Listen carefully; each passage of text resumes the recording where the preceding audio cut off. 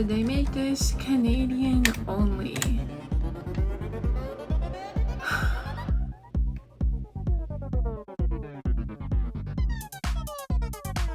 Shane Hollander up. I want.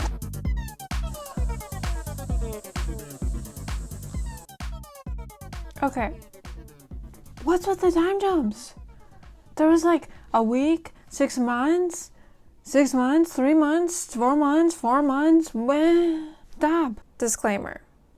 If you cannot handle somebody not liking something you like, stop the video now and go schedule an emergency appointment with your therapist. You have more important things to do. Otherwise, it's time for us to don our hater hats and critique some media.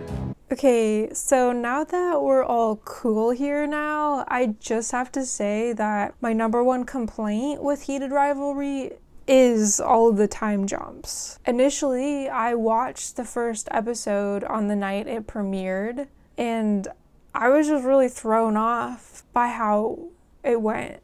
I hadn't and still haven't read the books, so the only knowledge I had going in with this show was what they had previewed for us, and unfortunately for me, what they previewed with, Shane and Ilya sharing the water bottle in the hotel gym, that was, in my opinion, the best part of the episode. And so my expectations were up here, and then watching the show, they sort of came back down to earth.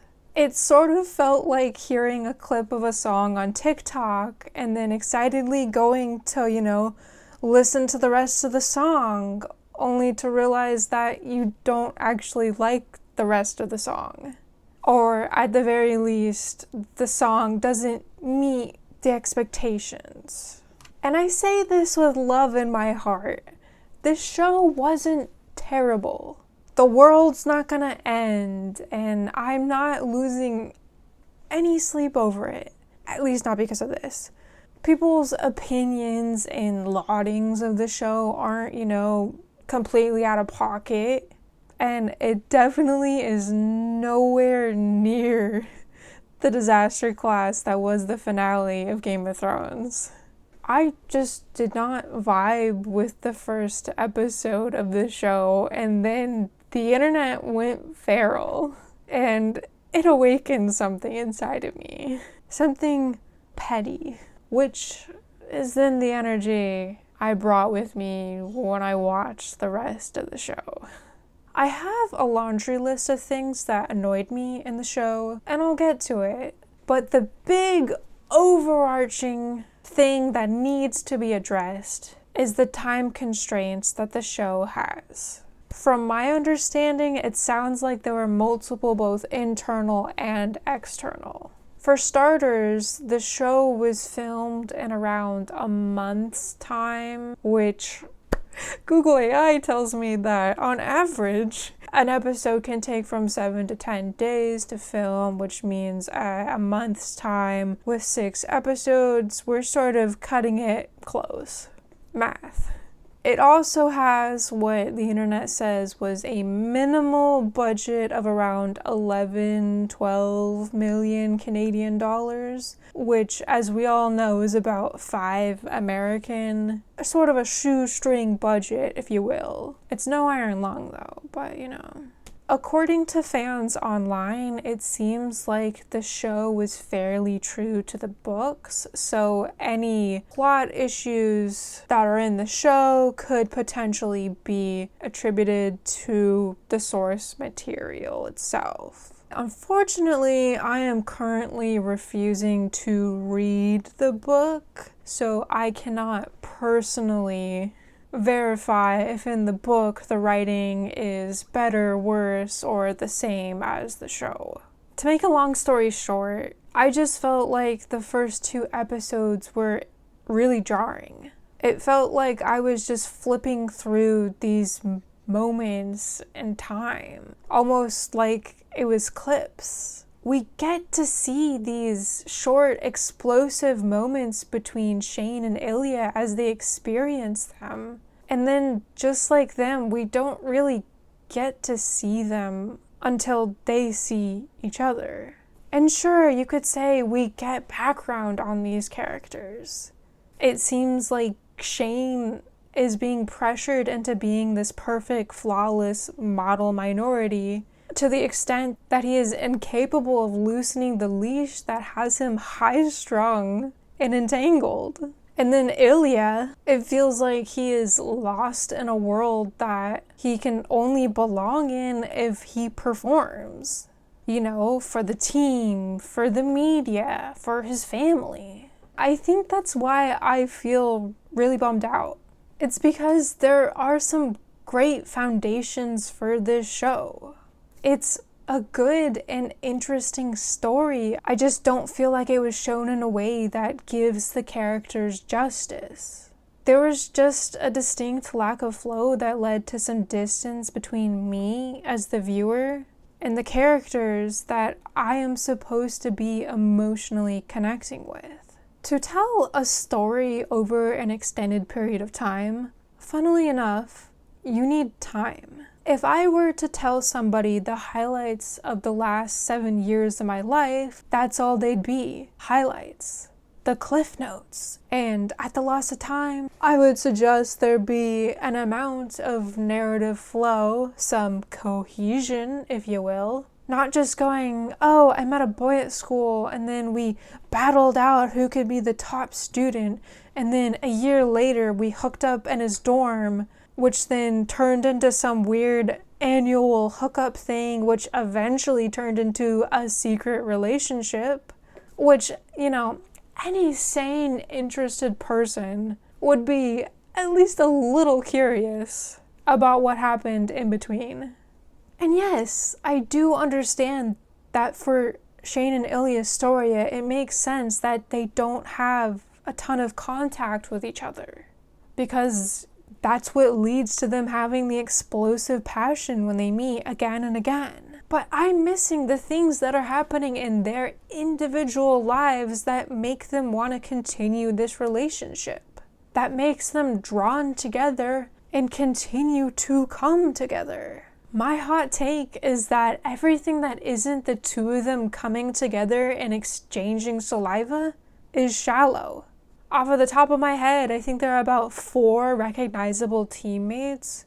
And out of them, I think I can only name 2 of them, one of which who had an entire episode dedicated to him, which, you know, also happened to be the first episode that I felt a little less angry and petty. Oh wow, they actually do know how to write a more compelling story and have, you know, it a bit more fleshed out. They gave more storytelling in the first 20 minutes of episode 3 than they did in the entire 2-episode premiere. And I know what you want to say. Yes, we do have that storytelling background for them.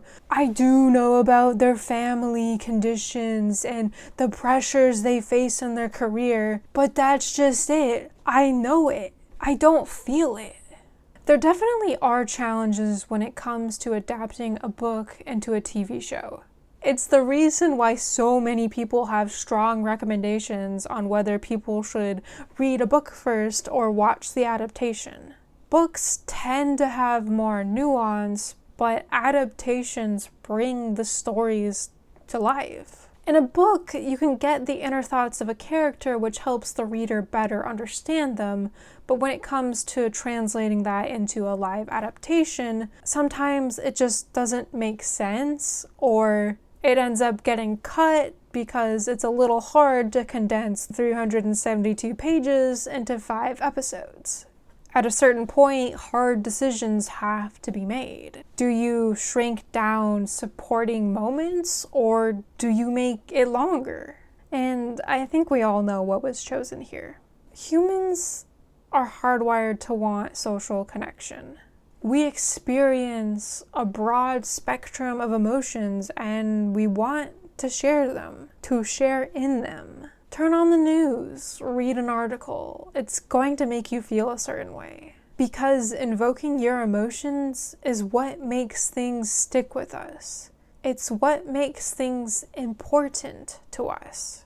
Which is why it sucked when I watched this show and constantly felt like I was missing something. There just was this noticeable lack of depth in the beginning that then stayed with me until the end. If I don't know who these characters were then, how do I know them now? They feel the same. They went from rookies to then team captains in what felt like the blink of an eye. And honestly, it didn't process for me that they were even team captains until I saw somebody on the internet being like, oh, it doesn't feel like they're team captains. And I went, oh, my bad. Didn't realize that's what was going on. They're trying to sell the stories that these individuals went from boys to men, but I'm not buying it. An amazing gift that we have is that we can always grow. If we don't like who we are today, we can always change. It's really unlikely that the person we are today is who we are going to be in a year from now. Never mind 7. There is just so much missing from their story as individuals. And the fact that they showed it with Kit in episode 3 just left me disappointed about everything that they didn't show about Shane and Ilya. For me, it just started out too disjointed. That by the time they started giving us those supporting elements, it just felt like it was too late and too little. And what was given didn't feel smooth up until the point that they were literally trapped together in that cottage. I just feel like there's a better way to show a discontinuous story without leaving the audience feeling disorientated. Now that I've gone over the meat and potatoes of my grievances with the show, it's time for me to go over my laundry list of annoyances. I can't say I hated this without, getting petty. So, without further ado, Shane's haircut. In the beginning, at times, it looked a bit like a rec league, which I didn't like. And also, some of the actors, not gonna say names, could not handle themselves great on the ice. The smut was always the distraction, which is sort of opposite of the whole, I watch porn for the plot. And that's a thing. I'm not a fan of ASMR. Did old flip phones have screens that good? I don't know, because when I had a flip phone, I personally was not even allowed to text.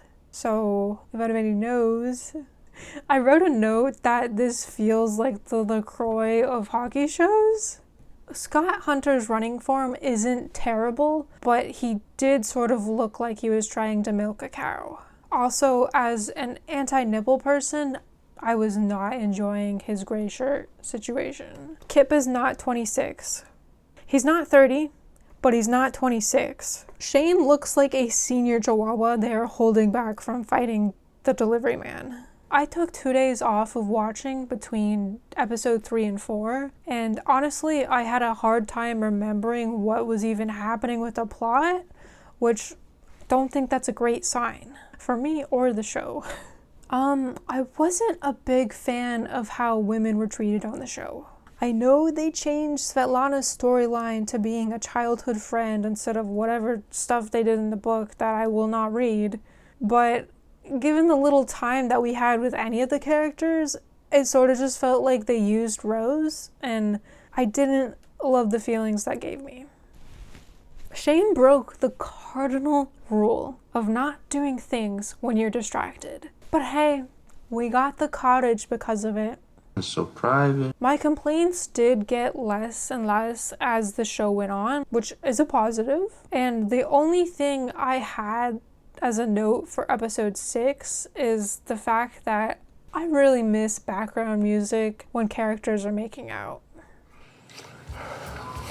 At the end of the day, I think I am glad that I watched this show, because it taught me an important lesson, which is I can just change the playback speed to 2 times to get through the boring parts of shows, which is now making me rethink what shows I can go back and watch or rewatch, because now I can analyze them without worrying about wasting my time, or at least wasting at least half of the time. And who knows how many times I can speed up a show before it becomes unwatchable.